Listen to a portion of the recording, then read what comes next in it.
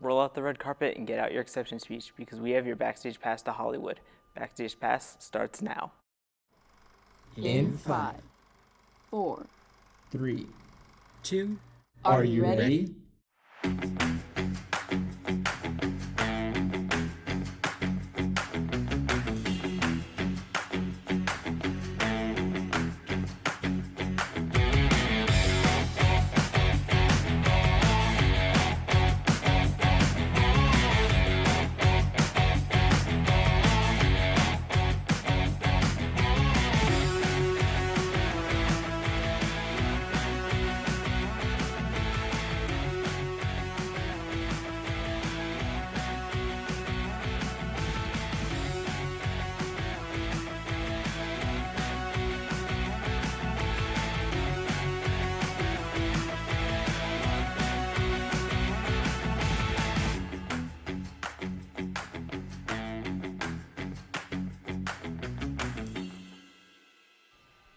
Hey Explorers! Welcome back to Backstage Pass, where we give you the scoop on all things entertainment. My name is Kayla McCrae. And my name is Lucas Alvin, but you probably already knew that. All I know is that it's Thanksgiving time, and I'm ready to sit back and stuff myself full of food and all things entertainment. So let's dig right into that second part now, shall we? To start off, we unfortunately have some sad news, as Heath, the bass player for the legendary Japanese band X Japan, recently passed away at age 55. It was reported he was having health issues earlier this year, which turned out to be cancer. By the time the diagnosis revealed the cancer, it had already progressed too far, leaving Keith with little time to prepare his final wishes or even tell his bandmates of his condition. Although X Japan released their first single in 8 years this past July, the band hadn't been active since 2018. According to someone close to Heath, quote, "He had always hoped that X Japan would resume activities together," end quote. While we don't know the answer to if the band will ever resume activity, we do know that Heath's family has entrusted his own memorial concert to be organized by X Japan's frontman, Yoshiki. The concert is sure to be emotional, and I can only hope that it will be broadcasted internationally so that I can watch. Thank you, Heath, for not only being a part of my favorite band, but also for your dedication to X and your skill on the bass. On behalf of Backstage Pass, may you rest in peace. Very unfortunate news, but maybe some Pink Panthers will cheer you up. The hyperpop artist recently came out with her very first album, Heaven Knows, with great excitement from her fans so far. The album also had the massive hit that was Boy's a Liar Too, featuring Ice Spice, that broke the internet earlier this year. A few days ago, she even posted a very 2000s-esque video clip to one of her songs on her Instagram. As a massive fan of Pink Panthers, I'll have to give the album a listen sometime.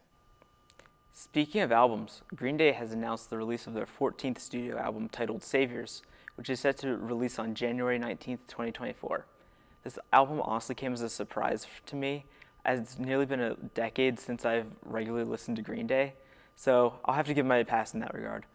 Overall, I was shocked to listen to the two new singles titled The American Dream is Killing Me and Look Ma, No Brains.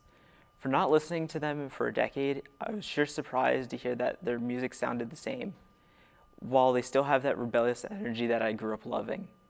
Green Day will be kicking off the Saviors Tour starting in May 2024, where the band will tour North America as they headline with a stacked lineup with the Smashing Pumpkins, Rancid, and the Linda Lindas. The tour will actually make a stop here in Philly as they play Citizens Bank Park on August 9th. Do I want to go? Yes. Can I afford to go? No way. I'm still just a college student with no budget.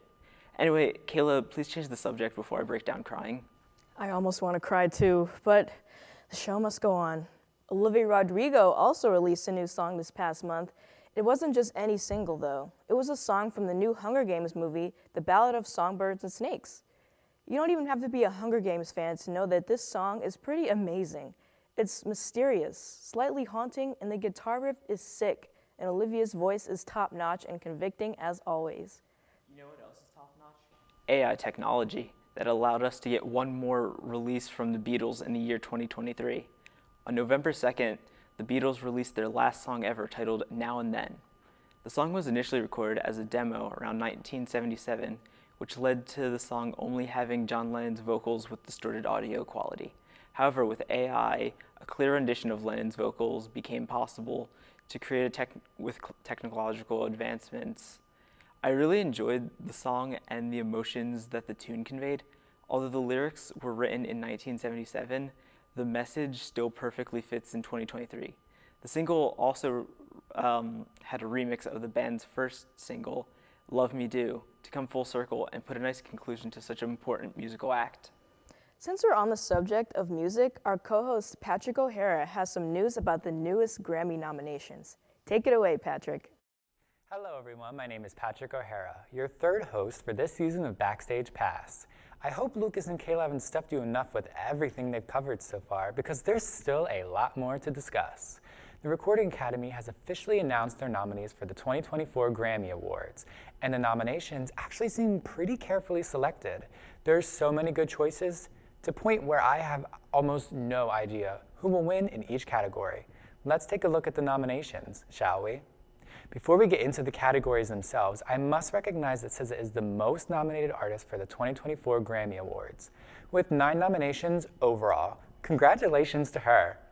Now, let's get into some specific categories, primarily the biggest ones. I'll also share who I think will win in each category as well, but take my opinions with a grain of salt. Starting off with the Record of the Year, we have Worship by Jon Batiste, Not Strong Enough by Boy Genius, Flowers by Miley Cyrus, What Was I Made For from the motion picture Barbie by Billie Eilish, All My Mama by Victoria Monet, Vampire by Olivia Rodrigo, Anti-Hero by Taylor Swift, and Kill Bill by SZA. Personally, I think Kill Bill by SZA should win this award. It is just such a great singular record. Next up is Album of the Year, where we have World Music Radio by Jon Batiste, The Record by Boy Genius, Endless Summer Vacation by Miley Cyrus, Did You Know That There's a Tunnel Under Ocean Boulevard by Lana Del Rey, The Age of Pleasure by Janelle Monáe, Guts by Olivia Rodrigo, Midnights by Taylor Swift, and SOS by SZA.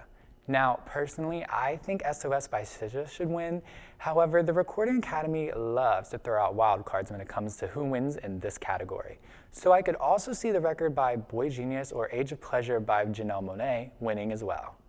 Next up is Best New Artist, where we have Gracie Abrams, Fred Again, Ice Spice, Jelly Roll, Coco Jones, Noah Kahan, Victoria Monet, and The War and Treaty. Personally, I see either Ice Spice or Victoria Monet winning this category. They're both so deserving and have had such an impactful year in music.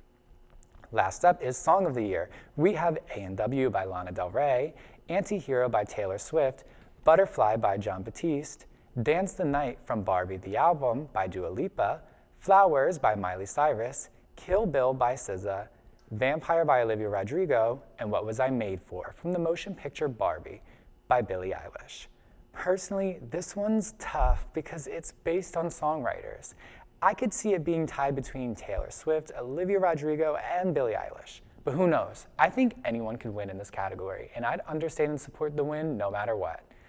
Well, that is just a quick glance at 4 of the biggest categories of nominees for the 66th Grammy Awards, which premieres live on Sunday, February 4, 2024 at 8 o'clock p.m. on the CBS network and will be streaming same day on Paramount+. Obviously, we'll cover who wins each category after the show premieres, but until then, let's head back to the studio with Lucas and Kayla. Thanks, Patrick, for that Grammy nom recap. That reminds me of music's brothers and sisters in the entertainment industry, the actors. You might remember us talking about the SAG-AFTRA strikes a while back. Well, it's finally over. At last, both the WGA and SAG-AFTRA have reached an appropriate deal with the big companies. Productions that have been halted due to the strike are now allowed to start filming once again. Not only that, but behind-the-scenes footage from already finished productions can finally be released into the world. While on the topic of projects finally being released into the world, it would be a crime to ignore The Boy and the Heron, produced by Studio Ghibli under the legendary anime filmmaker Hayao Miyazaki. The story revolves around a boy named Mahito who mourns his mother and enters a world that is shared by the living and the dead. I feel like this concept can really allow Miyazaki to animate in a way that only he magically can. And from the looks of it, he will probably outdo himself, as every frame was hand-drawn by 60 different animators in a project that officially began in May 2017. It is now listed as the most expensive movie ever produced in Japan, and also created a buzz as the movie was barely promoted and allegedly Hayao Miyazaki's last movie. We don't have much longer to wait as the localized dub and sub will release in December 6th. You'll never guess what movie is getting a sequel. Disney's Inside Out. That's right. There's a sequel coming out next year to the 2015 movie. All of your favorite emotions inside Riley's head will be back, plus a few new ones, including Anxiety, voiced by Maya Hawke. Oh my. All of the original actors will be returning, except for Bill Hader as Fear and Mindy Kaling as Disgust, due to salary issues. A little disappointing, but I'm sure it's still going to be an amazing movie. The movie is set to premiere in June of next year, so you have plenty of time to rewatch the first movie if it's been a while. We just received another trailer for the Garfield movie, which releases May 24th, 2024, and honestly, it looks pretty solid. The plot seems to revolve around a Garfield origin story, with him reuniting with his dad, which, at least from the looks of the trailer. But I think we have to address the elephant in the room. Garfield is voiced none other than Chris Pratt, and this trailer is giving me some massive deja vu of when we all heard Chris Pratt voice Super Mario in the Super Mario Bros. Movie trailer earlier this year. Despite the criticism of the voice in Mario, I thought he pulled through in that one for the movie to be successful, and I can only hope that the same will occur with Garfield. I just genuinely do not understand this phenomenon with Chris Pratt voicing all my favorite childhood characters. Disney's Wish is about to drop in a theater near you this month, the 22nd to be exact, starring Ariana DeBose, Chris Pine, Alan Tudyk. Wish is about a girl named Asha living in the kingdom of Rosas. Along with her goat and her wishing star, they must defeat their evil ruler, King Magnifico, from abusing his power over Rosas. From what I've seen, there's been mixed reception to this movie. I've heard people say that the art style makes the movie look unfinished, while others said they love Asha's character design and that they can't wait for the movie. I'm just trying to stay neutral and judge the movie for when it comes out, but for the most part, I'm looking forward to it. A movie I'm looking forward to is Netflix's animated movie Leo. This movie just looks like one of those nice sit-back movies you watch with the family. I stumbled across an ad for it on social media and watched the ad straight through, so you know how much it must have piqued my interest. The movie is about a 74-year-old lizard named Leo, played by Adam Sandler, who has been stuck in the same classroom for years with his terrarium roommate named Squirtle, played by Bill Barr. When Leo learns he has a year left to live, he decides to break out and take on the world. What a guy Leo is. I will totally check out this movie when it releases on November 21st. Warner Bros. Has recently been facing scrutiny from shelving the Looney Tunes movie, Coyote vs. Acme, for a tax write-off. This decision was made despite the entire film being completed for quite a while and having multiple successful test screenings. This news totally devastated the film's director, David Green, and outraged so many film fans. So much that Warner Bros. Decided to change their decision and allow the film to be shopped to other potential studios, such as Netflix or Amazon Prime, meaning that the movie has a second chance at being released to the public. Now that is a tragedy turned potential triumph. And talk about the people making themselves heard. I hope the best for this film, and I'm excited to see it. Back in the days of my youth, I would force my parents to put on a silly little obstacle course show called Wipeout, and I loved everything about it. The goofy edits, people landing on their faces, and assuming I can get away with saying it on TV, the big balls. Truly great times they were. And fortunately for me, TBS is bringing it back with an all-new season hosted by John Cena and Nicole Byer. I think I might have to check it out one of these episodes at some point, because honestly, you can never go wrong with Wipeout. Speaking of Wipeout, the MCU's newest movie, The Marvels, just got wiped out at the box office. According to The Hollywood Reporter, the movie only earned back $47 million on its opening night. That's the lowest Marvel movie opening of all time. On Rotten Tomatoes, it has a pretty low critic score for the average Marvel movie, only 62%. However, the audience score is at 84%. I admittedly had no plans of seeing The Marvels in theaters, and I have no idea of how good it actually is, but perhaps we'll have to see when it hits streaming. Speaking of hitting, the movie The Iron Claw had its world premiere. The movie is a biopic on the legendary Von Erich family of pro wrestlers from Texas. The movie stars Zac Efron playing Kevin Von Erich. As a huge pro wrestling fan, it's really nice to see this story finally told. Although honestly, I'm a little nervous for when I see it because you can expect me to cry for sure. The film hits theaters December 23rd. The Mean Girls movie musical trailer dropped not too long ago. If you didn't know, the 2004 cult classic became a 2018 Broadway musical. Now the Broadway musical became a 2024 movie itself, starring pop artist Renee Rapp as Regina George. Other cast members you might know include Jenna Fisher, Ashley Park, Ali'i Carvalho as Janice, and Christopher Brinney. Tina Fey and Tim Meadows will also be returning as Principal Duval and Miss Norbury, as they should. What would a Mean Girls film be without them? You know what else is returning to the big screen? Elvis Presley, although this movie isn't just about him. Sofia Coppola's Priscilla, released on November 3rd, and is based on the 1985 memoir of the real-life wife of Elvis Presley, Priscilla Presley. It stars Kaylee Spaney as Priscilla and Jacob Elordi as Elvis.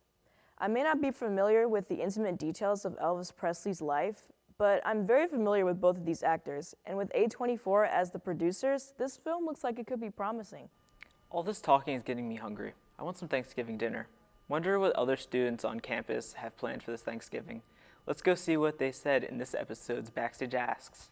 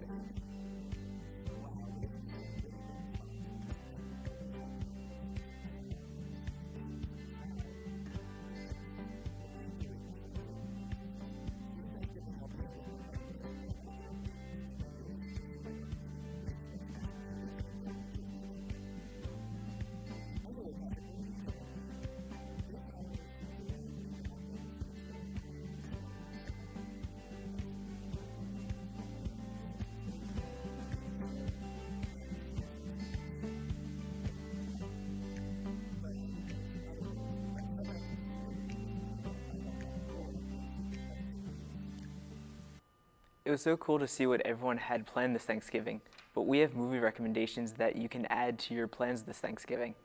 My first Thanksgiving rec is the 2003 indie film Pieces of April, starring Katie Holmes as April Burns, the black sheep of her family. She and her boyfriend invite her family over for Thanksgiving dinner in their NYC apartment after she learns her mom is diagnosed with cancer. This movie is mostly about estranged family relationships and how to mend them, specifically a girl and her mother, kind of like 2019's Lady Bird. The entire movie is filmed like VHS footage, which is very interesting. Next movie is 1997's Soul Food, starring Nia Long, Vanessa Williams, and Vivica A. Fox. This one may not be a Thanksgiving movie, but it does involve family gatherings and big traditional meals. It's also a quintessential part of Black cinema. When the family matriarch Mama Jo falls ill, tensions rise and break sisters Terry and Maxine apart. It's up to Maxine's son, Ahmad, to bring the family back together. Give it a chance if you haven't had a chance to watch it. Lastly is 2000's What's Cooking, starring Alfre Woodard, Kyra Sedgwick, Mercedes Ruehl, Joan Chen, and Juniana Margulies. I actually saw this in my high school senior film class. It's basically about 4 families in California preparing for a chaotic Thanksgiving dinner.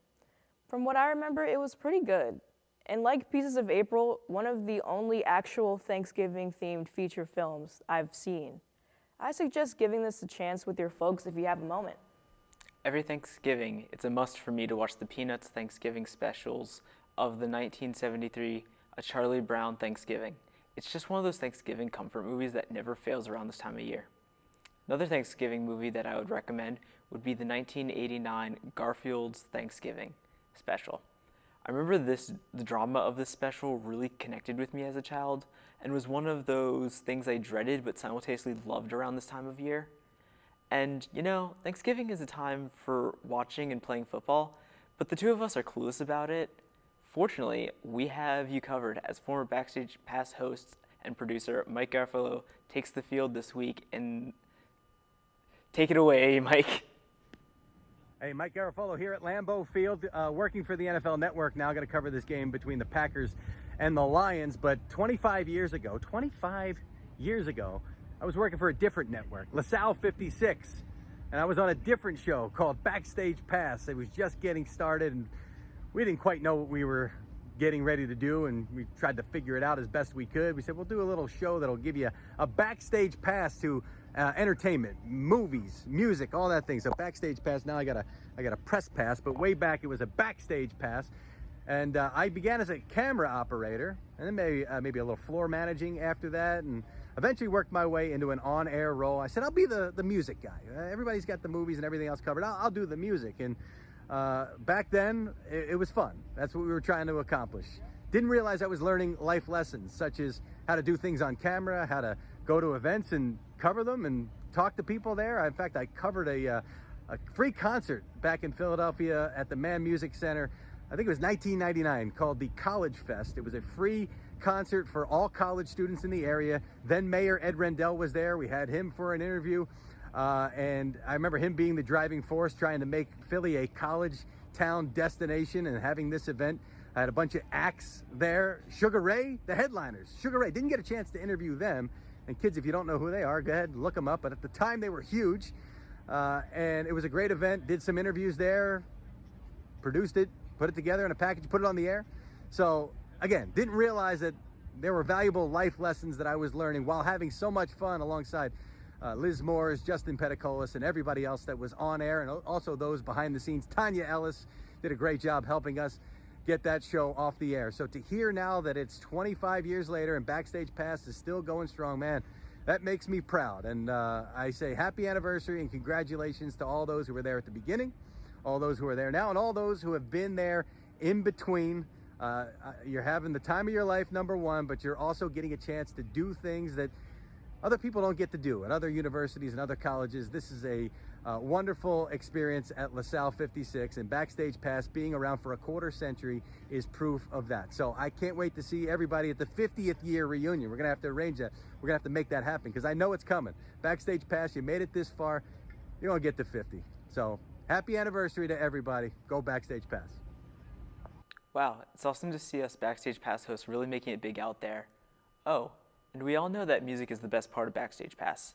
But Kayla, don't you have some news that relates to both music and football? I sure do, Lucas. It's sort of a football music matrimony. I'm talking Taylor Swift and Travis Kelce.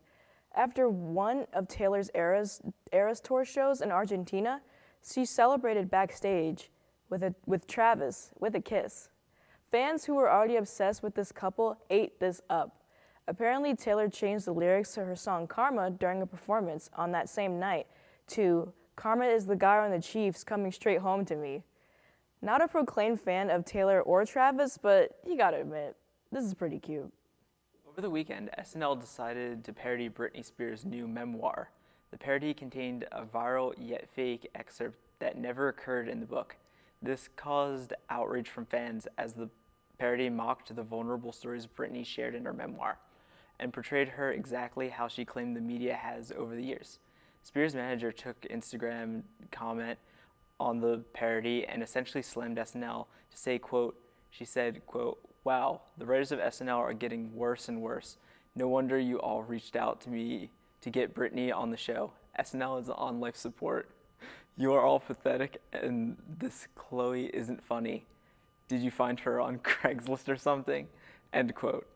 SNL has yet to comment, but many fans are going back and forth about this, whether this is parody or considered bullying or not.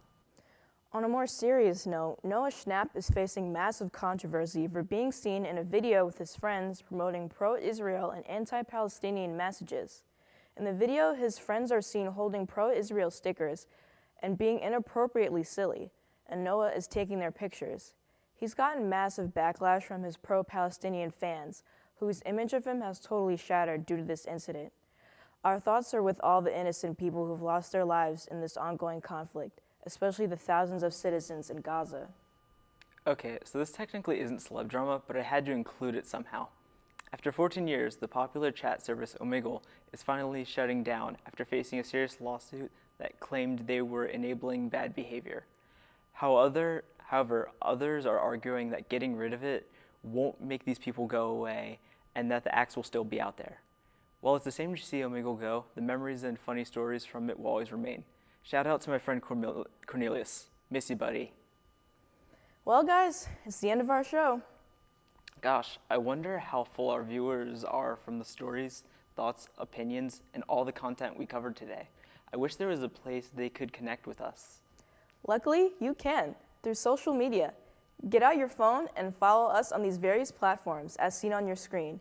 Give us a follow, leave a comment, and let us know if you have any suggestions. Have a great week from all of us on Backstage Pass. I'm Kayla McCrae. And I'm Lucas Alvin. We'll see you next time on Backstage Pass.